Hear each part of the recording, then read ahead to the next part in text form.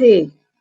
My name is Danielle Morin, and I will share with you some thoughts on the Gospel for the first Sunday of Lent.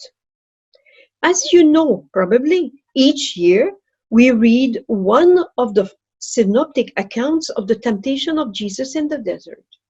This year, the Gospel is from Mark chapter 1, verses 12 to 15, which is one of the shortest versions, much shorter than Luke's and Matthew's account.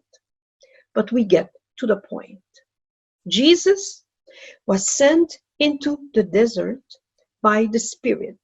The same Spirit who was with him at baptism is now taking him into the desert for 40 days. He will be tempted and he will be fasting. The first thing that comes to my heart is why? Why did Jesus have to go through this? After all, he is the Messiah. He is the second person of the Holy Trinity. He is the great I Am. Why does he have to go through this period of suffering? 40 days without eating and also being tempted by the devil. Well, I guess the answer is simple and at the same time not easy. I think he did all that for his love for us.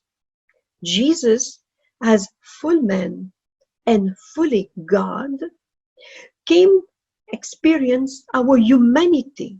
He knows about our suffering and he knows how hard it is for us to go through temptations. Of course, he is God.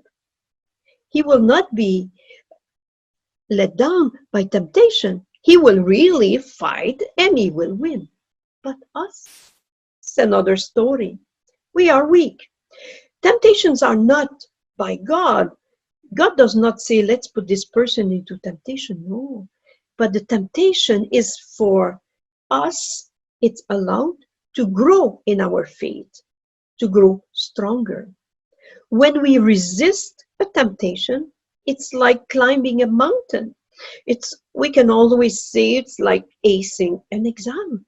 Yes, this temptation will make us grow if we conquer it. Unfortunately, sometimes we fail. I guess often. We fail. We take the wrong decisions. We go on the wrong path. And then we let down. But we know that we can always come back to God and ask for his forgiveness.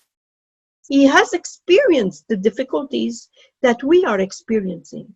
So it is important that we trust in him.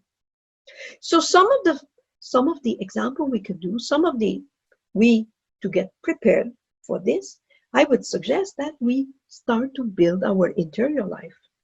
The interior life is that life that we have, very private, because between me and God, between each one of us and God, we can talk to him. We should go into our desert and identify where are the areas of difficulty. Where are the areas that we seem to have the most difficulty going through? Once we identify that, we should be humble enough to admit them to God and say, please God, help me. I cannot do it alone. Let God be with us on this period so that we can conquer those difficulties that are making us go backward instead of going forward.